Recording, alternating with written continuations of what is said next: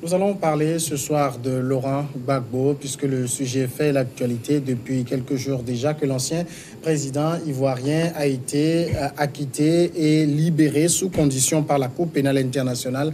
Aujourd'hui, la Belgique a dit avoir accepté d'accueillir l'ancien président ivoirien acquitté donc par la CPI, comme je le disais, de crimes contre l'humanité commis entre 2010 et 2011 lors de violences post-électorales en Côte d'Ivoire et libéré vendredi sous condition, répondant à une demande de coopération de la Cour pénale internationale. La Belgique a accepté d'accueillir Laurent Gbagbo étant donné ses liens familiaux avec le pays, a déclaré un porte-parole du ministère des Affaires étrangères. Il faut rappeler que Laurent Gbagbo est marié à une femme belge de 47 ans, Nadi Bemba, avec laquelle il a eu un mariage coutumier en 2011 et a un fils qui vit actuellement en Belgique. On évoque le sujet avec le professeur Magloire Kwakouvi. Il est philosophe. Professeur Kwakouvi, bonsoir. Bonsoir. Merci d'accepter l'invitation. C'est moi qui vous remercie également d'avoir pensé à moi. D'abord, en tant qu'Africain, quel sentiment vous a animé lorsque vous avez d'abord entendu le prononcé de l'acquittement de Laurent Gbagbo? Je peux dire que j'ai été agréablement surpris, ce qui n'était pas le même sentiment par rapport à l'acquittement de Jean-Pierre Bemba. Oui. Donc, on avait l'impression que ce qui était à la charge de Gbagbo, c'était une justice de vainqueur.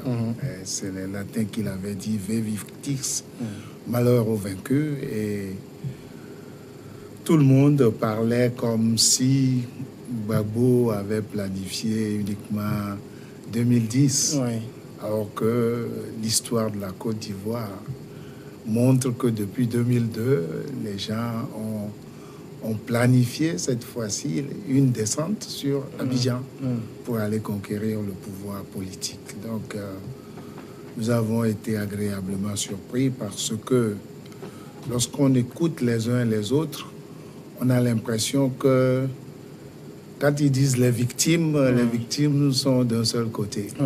Or, nous savons tous dans quelles conditions les gens avaient même voté avant ces 2010-là, etc. Donc, nous sommes agréablement surpris, non pas parce que nous cautionnons la violence, non, parce que lorsqu'il y a deux protagonistes dans un conflit, on ne juge pas un seul des protagonistes. Voilà le fond de notre pensée. Alors, le cas Gbagbo, est-ce que on est d'autant plus consterné parce qu'il a subi, parce qu'on est africain et panafricain avant tout?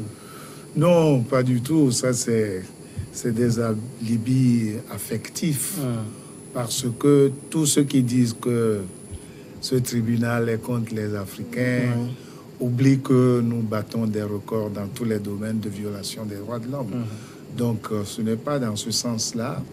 Je pense qu'il y a eu des gens qui ont eu le courage d'avoir dit le droit, rien que le droit. Et lorsque l'on veut dire le droit en son âme et conscience, il y a des choses qu'on ne peut pas approuver.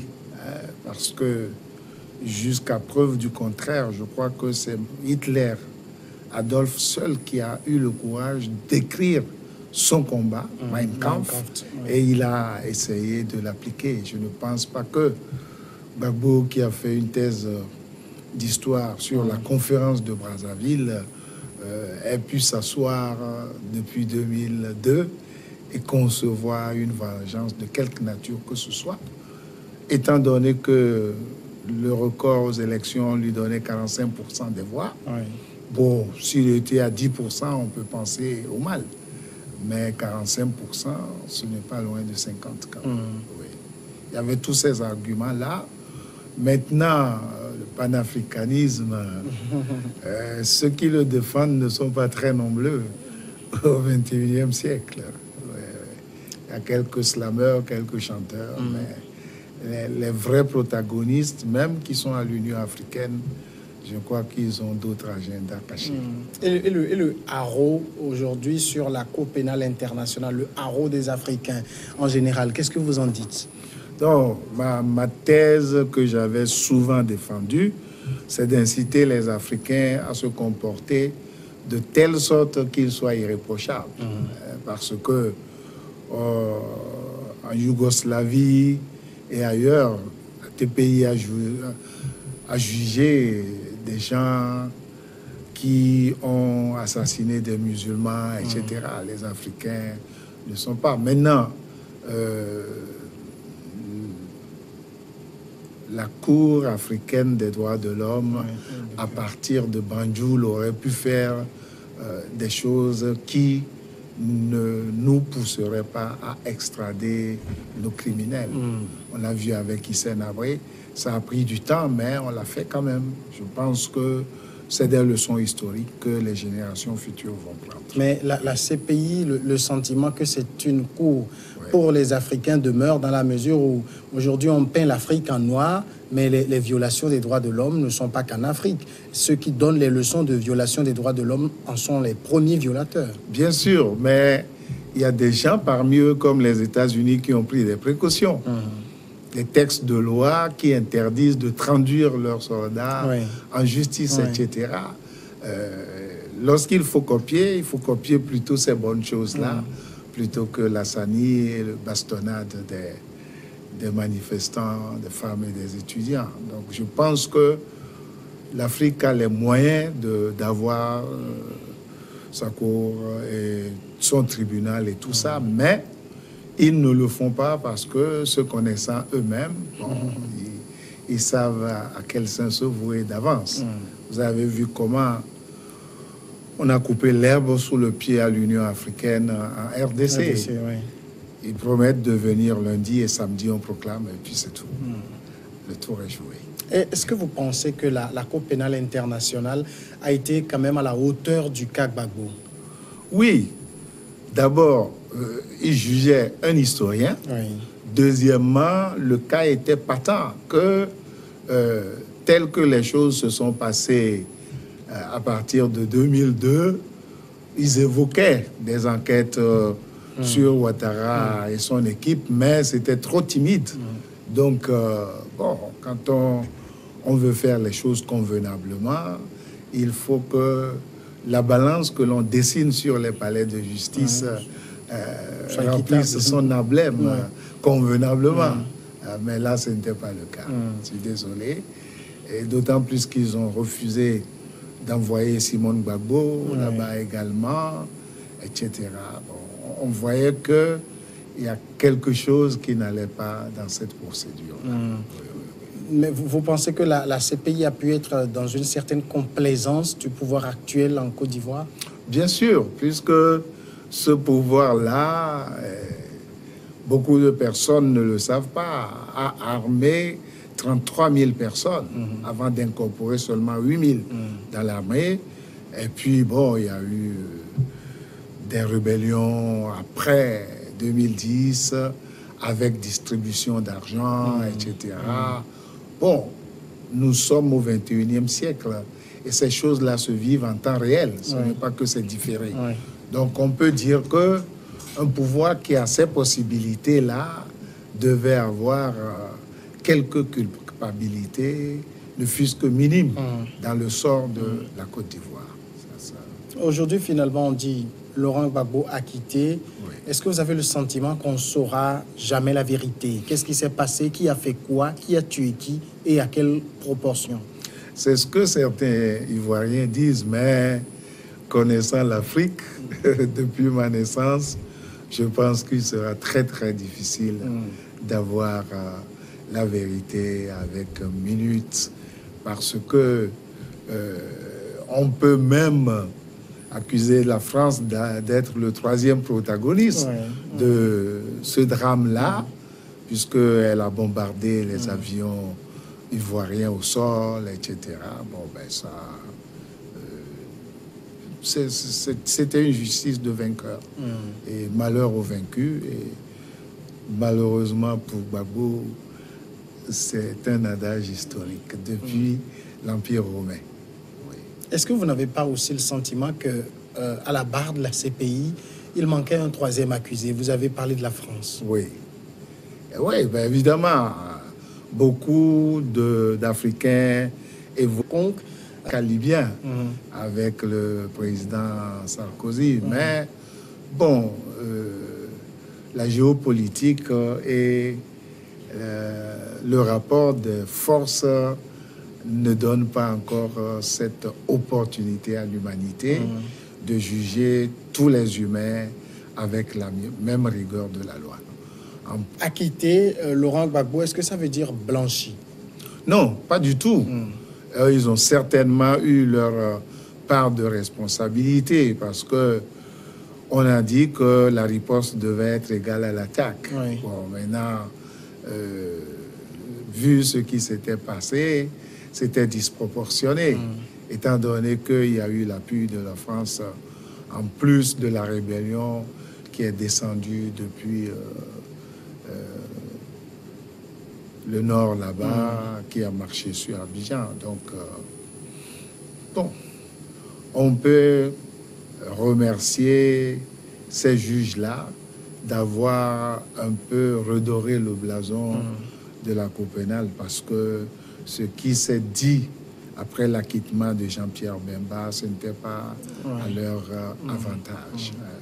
Parce que on a beau dire, il y a une responsabilité quand même de la part de Jean-Pierre Bemba, parce que quand on recrute les gens, qu'on les arme, qu'on les nourrit, qu'on les habille, qu'on les chausse, on est responsable. On ne peut pas dire qu'il n'était pas présent physiquement sur place, donc il était irresponsable. Non, ce n'est pas la meilleure formule. Alors, dans le cas de Laurent Gbagbo aujourd'hui, il est remis en liberté sous conditions. Oui. Ces conditions-là, elles vous semblent opportunes? Non, c'est des formules juridiques, parce que à partir du moment où nous avions appris l'acquittement de Jean-Pierre Bemba, nous nous sommes dit que Gbagbo ne restera pas derrière. Ouais. Donc, on peut faire durer la chose, mais si on n'a pas pu trouver la culpabilité pendant 7 ans, ce n'est pas en 7 mois qu'on va prouver cette culpabilité. Je n'y crois pas. Alors justement, on dit que Gbagbo, il est acquitté. Oui. Et au même moment, tout le monde se dit, la logique, c'est qu'il rentre chez lui, profiter de sa nouvelle liberté, mais on dit qu'il n'a pas le droit d'aller chez lui. Oui, ça peut se comprendre, étant donné que ce que j'ai dit sur les vainqueurs reste et demeure valable. Vous avez appris que beaucoup de réfugiés sont rentrés du Ghana.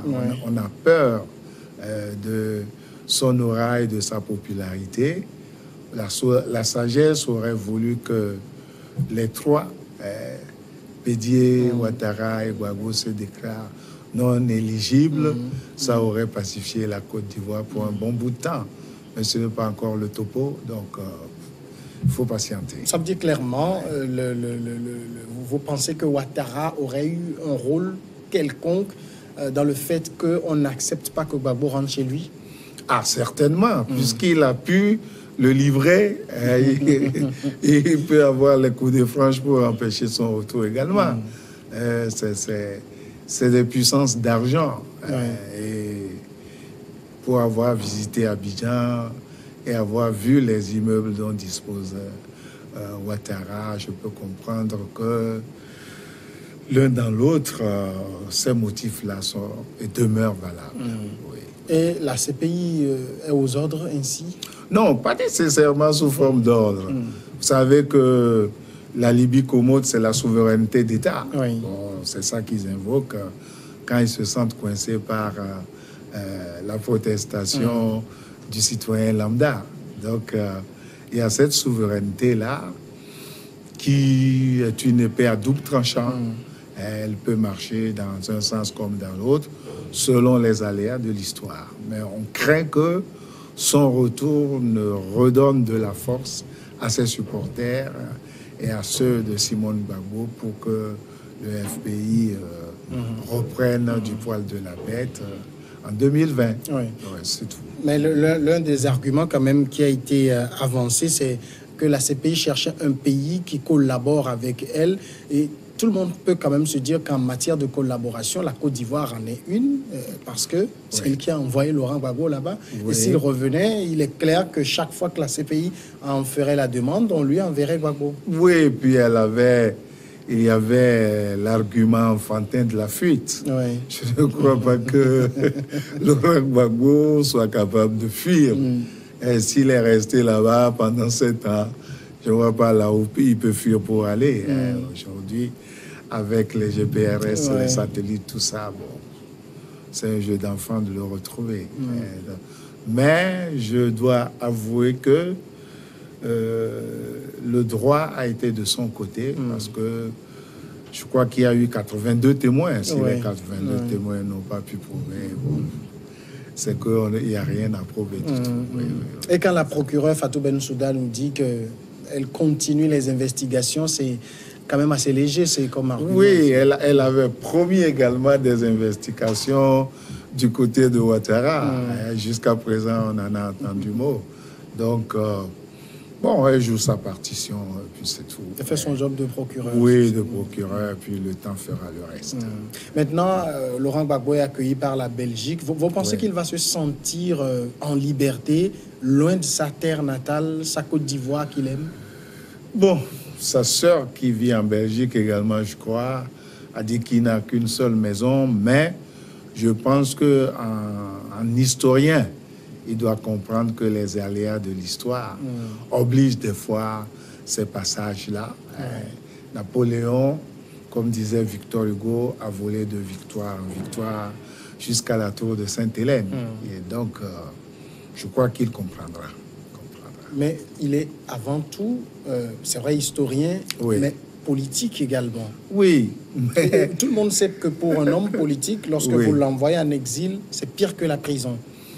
Oui, mais il n'empêche que on aurait pu le tuer à sa capture. Je ne sais pas si vous vous rappelez des images. On a vu les images. Bon, s'il a échappé à la mort en sortant de cette ambassade, de cette présidence construite, dessinée et fabriquée par la France, je pense qu'il doit réfléchir beaucoup pour ne pas narguer ces gens-là, parce que eux, ils ne font pas de quartier lorsque les circonstances l'exigent. Vous avez vu comment on a éliminé le journaliste turc. Ceci, comparé à cela, je pense que la sagesse lui recommande. Il peut écrire ses mémoires, il peut faire des tas de choses, plutôt que de vouloir revenir tout de suite en Côte d'Ivoire. Il a 76 ans, vous pensez qu'il doit penser à la fin de sa carrière politique? Pas nécessairement, il peut rester président émérite du FPI, comme Konam Bédié est resté pour la PDCI jusqu'à présent. Bon, ça ne le diminue en rien. Ça ne le diminue en rien. Mais en tout cas, c'est mon avis. Le rêve qu'il avait pour la Côte d'Ivoire, il semble ne l'avoir pas encore vu se réaliser. Pour lui, le combat doit rester tout entier. Oui, mais je pense que, comme dit Ouattara, il doit passer le relais à la jeunesse. Il ne faut pas oublier que Guillaume Soro et Blé Goudé ont transité par Gbagbo lorsqu'il était dans l'opposition à Houphouët-Boigny. Mais ce rêve-là, lorsque vous avez raté le moment opportun, historique, il est irréversible. J'ai pensé à l'opportunité qu'on avait offerte à Jonas Savimbi de devenir vice-président en Angola. Il a refusé. Nous avons vu comment il a terminé. Je pense que il faut peser le pour et le contre et faire le bon choix. C'est à Gbagbo de le faire. Je pense qu'il a les capacités mentales de le faire. Je vous sens quand même un peu fataliste du cas Gbagbo. Non, ce n'est pas de la fatalité. C'est ce que d'aucuns appellent la réelle politique. Parce que si les rapports de force avaient été de son côté, c'est lui qui serait président là-bas. Peut-être qu'il aurait même terminé son mandat. Mais il était en minorité dans ce rapport de force-là. Je pense que celui qui donne le meilleur exemple, c'est le chien. Lorsqu'il a affaire à une adversité plus forte, il met sa queue entre les pattes et puis il prend la tangente. Ce n'est pas chaque fois de la démission. Différent du bouc qui fonce jusqu'à avoir les cornes en sang. Bon, ce ne sont pas des hommes, mais nous pouvons prendre ces analogies-là. Je pense que s'il joue bien, il peut continuer à être utile à la Côte d'Ivoire. Mais aujourd'hui, il tient quand même fortement les rênes du FPI, ce qui montre quand même qu'il veut garder les commandes. Oui, c'est ce qui s'était passé quand Mandela a été en prison. Les gens ne donnaient pas cher de sa sortie. Et brusquement, il sort. Et ça a mis beaucoup de personnes dans la baraque. Il s'est passé exactement la même chose pour le FPI. Les gens étaient sûrs qu'il resterait longtemps là-bas. Et il s'était reparti sa dépouille politique. Mais voilà qu'il revient et il faut redistribuer les cartes et bon, jouer franc jeu, étant donné que Simone n'est pas petite non plus. Donc, à deux, ils peuvent gérer le parti. Depuis la Belgique, il peut contrôler les choses. Oui, des gens l'ont fait. Tshisekedi l'a fait avant sa mort. D'autres personnes le font depuis l'exil. Les gens, certains ont quitté l'Europe pour aller s'installer en Amérique du Sud avant que l'histoire ne les rattrape. Donc, je pense que c'est à lui de voir. Il ne faut pas qu'il se presse parce que, étant donné les animosités qu'il y a eu à son égard, rien ne sert de courir dans cette démarche. Mais quand on regarde aussi aujourd'hui la Côte d'Ivoire, c'est ce même trio qui continue de causer problème à ce pays. Alassane Ouattara, Arikona Bédié, Laurent Gbagbo. Est-ce qu'il ne faut pas passer la main finalement? Oui, ça c'est la sagesse, mais c'est la psychologie du parapluie. Tout ce que vous avez cité là, il y a beaucoup de gens sous leur ombre qui sont devenus ce qu'ils sont devenus grâce à leur personnalité. Et ça ne s'éteint pas vite. Quand vous prenez le destin d'un Guillaume Soro, c'est trop beau pour être vrai, mais c'est pourtant vrai. C'est comme ça. Quitter la FECI pour devenir président de l'Assemblée nationale. Premier ministre. Premier ministre, tout ça là. Bon, ça ressemble à un conte de fées, mais c'est comme ça. C'est la vie des hommes. Je pense que la sagesse prévaudra. Mais quand vous regardez aussi Alassane Ouattara, 78 ans, apparemment il veut revenir sur sa parole de ne plus briguer un nouveau mandat. Arikona Bédié, 81 ans, qui également se met en position pour rempiler. Tout ça, ça ne fait pas beau pour la Côte d'Ivoire. Non, ça c'est humain. Vous aurez pu ajouter celui qui est dans une chaise roulante en Algérie. Oui, mais ça c'est les hommes, hein. Vous n'y pouvez rien. Il y a la passion, il y a l'ivresse du pouvoir, etc. On peut les comprendre, hein, mais ne pas les justifier, parce qu'à 70 ans, nous avons le cas de Paul Biya là-bas, qui met Maurice Kanto en prison, etc. C'est l'homme dans toutes ses dimensions, et c'est ce que Nicolas Machiavel avait très bien peint dans Le Prince. Oui, c'est ça. Quand vous regardez aujourd'hui la Côte d'Ivoire, dans moins de 2 ans, le pays aura une présidentielle. Vous redoutez encore le pire? Non, on peut ne pas redouter le pire si les acteurs, les vieux comme les jeunes, jouent convenablement les choses. Parce que il y a beaucoup d'exemples autour de nous qui peuvent nous servir de modèle. On a vu comment ça s'est passé au Bénin, on voit comment ça se passe au Ghana. Je pense que même s'ils ne le veulent pas dans leur conscience claire, leur subconscient leur donnerait des précautions à prendre pour que le pays ne s'embrase de nouveau. Mais on voit aussi Guillaume Soro qui se prépare, qui fait des études. Il partira pour Harvard pour suivre des études d'économie. Ce n'est pas gratuit. Oui. Ahmed Bakayoko qui aiguise ses appétits. Dick Togo qui est là. Tout ça, ça fait un cocktail explosif quand même. Pas nécessairement, étant donné que Yakubu Gowon, oui, après son coup d'État, a étudié à Oxford. Il est professeur aujourd'hui. Je ne sais pas les intentions de Guillaume Soro, mais c'est à lui de voir, de peur que l'histoire ne le rattrape. Parce que il a échappé 2 fois, une fois en Côte d'Ivoire, une fois au Burkina Faso, et même 2 fois en Côte d'Ivoire, puisqu'on a trouvé des tonnes d'armes dans une maison, toujours sous son couvert, etc. Donc, il ne faut pas tenter le diable. Je pense, bon, c'est à lui de voir. Il doit tirer un trait sur cette carrière politique et penser. Pas nécessairement. Il peut être bourgmestre, il peut être maire, il peut être député. Ce n'est pas la présidence seule qui est l'endroit où on peut aider son pays. Mais c'est à lui de voir. Professeur Magloire Kwakouvi, merci d'être passé répondre à nos questions. Oh, c'est moi qui vous remercie parce que ça fait du bien à plusieurs personnes lorsque nous intervenons et que nous parlons. Beaucoup pensent ces choses-là, mais n'ont pas le courage de les dire. Et c'est moi qui vous remercie plutôt. Merci. Alors, on va marquer maintenant la pause et après le journal, c'est Regards croisés.